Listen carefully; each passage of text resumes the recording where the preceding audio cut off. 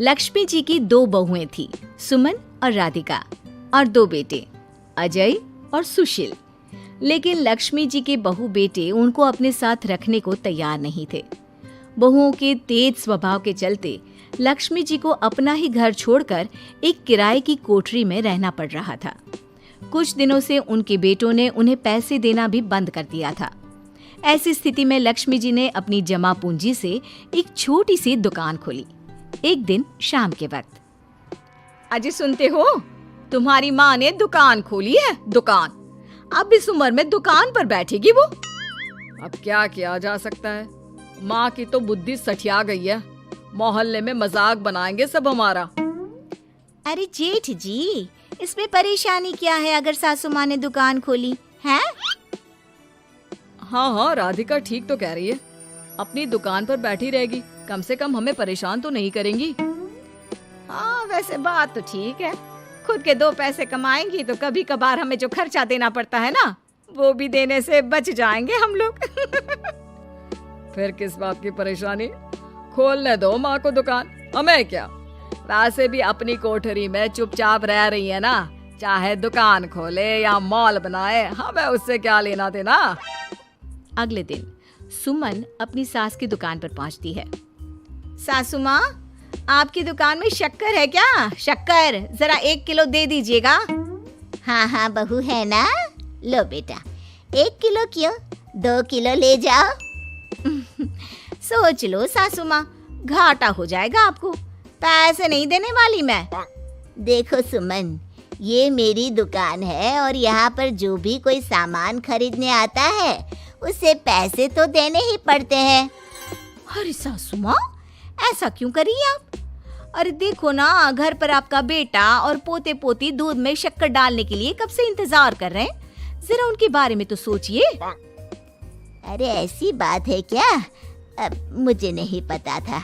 बहू एक काम करो, वैसे भी पहली बार आई हो ना, ये शक्कर तुम ऐसे ही ले जाओ, पैसे देने की जरूरत नहीं है। अगले दिन राधिका भी अपनी सास की दुकान पर पहुंचती है। प्रणाम सासू माँ, कैसी चल रही है आपकी दुकान? बस बेटा, जैसे तैसे करके काम चला रही हूँ। तुम बताओ, घर में सब राजी खुशी है ना? हाँ हाँ मम्मी जी, सब कुछ ठीक ठाक है। बताओ राधिका बहू, कैसे आना हुआ? कुछ काम था क्या? वो ना मम्मी जी, मुझे ज़रा 5 किलो आटा चाहिए था।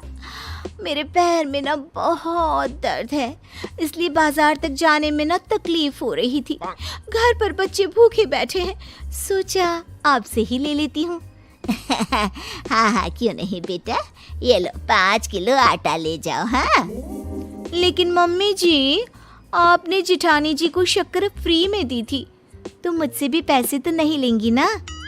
हाँ, अच्छा ठीक है बेटा, कोई बात नहीं, तुम ऐसे ही ले जाओ, बच्चों से क्या पैसे लेना। कुछ दिनों के बाद लक्ष्मी का बेटा अजय दुकान पर पहुंचता है। कैसी हो माँ, दुकान तो अच्छी चल रही है ना तुम्हारी? सब मोहल्ले वाले तारीफ करते रहते हैं। अब क्या करूं बेटा, तुमने तो मुझे सहारा दिया नहीं, गरीब माँ को घर से बाहर निकाल दिया। कुछ तो करना पड़ेगा ना अपना पेट पालने के लिए। वो माँ ना बहुओं की बहुत चिक चिक रहती थी। अब देखो कितनी अच्छी जिंदगी है तुम्हारी, खुद कमाती हो, खुद खर्च करती हो, इससे अच्छी भला कोई जिंदगी हो सकती है क्या? हाँ बेटा, दिल को बहलाने के लिए तुम्हारी ये बात भी सही है, लेकिन कोई बात नहीं बेटा, मैं खुश हूँ। अच्छा माँ, मैं क्या कह रहा था, जरा 500 उधार तो दे देना। कमाल की बात है बेटा, तुम मुझसे पैसे उधार मांग रहे हो, तुम्हारे पास पैसों की क्या कमी है? अरे माँ, इस महीने की तनख्वाह नहीं आई और आप तो अपनी बहू को जानती है ना, उसे शॉपिंग करनी है, जल्दी वापस लौटा दूंगा माँ। ठीक है बेटा, ये लो 500 रुपए, लेकिन देखो कुछ दिनों में वापस दे देना, मुझे अपनी दुकान के लिए माल भी तो खरीदना है। हाँ हाँ ठीक है माँ, जल्दी पैसे लौटा दूंगा। बहुत दिनों तक अजय अपनी माँ लक्ष्मी के पैसे वापस नहीं देता और सुमन और राधिका बार बार किसी न किसी बहाने से अपनी सास लक्ष्मी की दुकान से बिना पैसे दिए खूब सारा सामान ले आती है, जिसकी वजह से लक्ष्मी को अपनी दुकान में बहुत घाटा होता है। फिर एक दिन जब राधिका सामान लेने के लिए लक्ष्मी की दुकान पर पहुंचती है, सासू माँ, जरा वो 1 किलो दाल तो देना। नहीं बहू, अब मैं तुम्हें या सुमन को कोई सामान फ्री में नहीं देने वाली। तुम लोगों ने कभी कोई मदद नहीं की मेरी, उल्टा मेरी दुकान से फ्री का सामान ले जाकर मुझे मुश्किल में डाल दिया है। लेकिन मम्मी जी, हम तो आपके बच्चे हैं ना। अगर इतना ही मेरे बच्चे हो तो फिर मुझे घर से बाहर क्यों निकाल दिया? देख बहू, अब मैं तुम्हें 1 रुपए का सामान भी फ्री में नहीं दूंगी। और जाकर सुमन को भी कह देना, आए दिन तुम्हारा पति मुझसे उधार ले जाता है और वापस भी नहीं लौटाता। राधिका गुस्से में घर वापस आती है। घर आने के बाद, क्या हुआ राधिका, बहुत गुस्से में लग रही हो तुम? सासू माँ की दुकान पर गई थी ना? सासू माँ का तो कुछ करना पड़ेगा, जब से ये दुकान खोलकर बैठी है। अक्कड़ तो देखो उनकी। अरे लेकिन हुआ क्या है? होना क्या है, दाल लेने गई थी, मुझे 4 बातें सुनाकर उल्टा भेज दिया, कुछ दिया भी नहीं। ये तो सासू माँ ने ठीक नहीं किया। देखो मेरे पास ना एक बहुत अच्छा प्लान है। कैसा प्लान भाभी? हम अपनी सासू माँ की दुकान में किसी चोर से कहकर चोरी करवा देते हैं और सारा सामान अपने घर मंगवा लेंगे। उसके बाद हमारे पास फ्री में सामान भी आ जाएगा और सासू माँ की अकल भी ठिकाने आ जाएगी। ठीक है भाभी, मैं आपका पूरा साथ दूंगी। आप जल्दी से ये काम करवा दीजिए। और 2 दिनों के बाद सुमन और राधिका एक चोर से मिलकर लक्ष्मी की दुकान में चोरी करवा देते हैं। हे भगवान, ये क्या हो गया?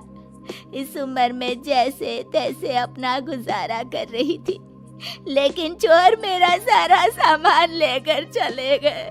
अब क्या होगा? तभी वहाँ पर राधिका और सुमन पहुँच जाती है। क्या हुआ सासू माँ, बहुत दुखी लग रही हैं आप। अरे क्या बताऊं, मेरी दुकान का सारा माल चोरी हो गया। अब अगर आप अपने ही बहू बेटे को सामान नहीं देंगी तो ऐसा तो होगा ना सासू माँ। अब राधिका की बात सुनकर लक्ष्मी को यकीन हो जाता है कि इस चोरी के पीछे कहीं ना कहीं उसकी दोनों बहुओं का ही हाथ है। लक्ष्मी एक प्लान बनाती है। पैसे उधार लेकर अपनी दुकान में फिर से खूब सारा सामान ले आती है। अरे भाभी, देखा आपने, सासू माँ की दुकान तो फिर से सामान से भर गई है। हाँ वही तो, मैं तो सोच रही थी कि एक बार में उनकी अकल ठिकाने आ जाएगी, पर लगता है फिर से कुछ करना पड़ेगा।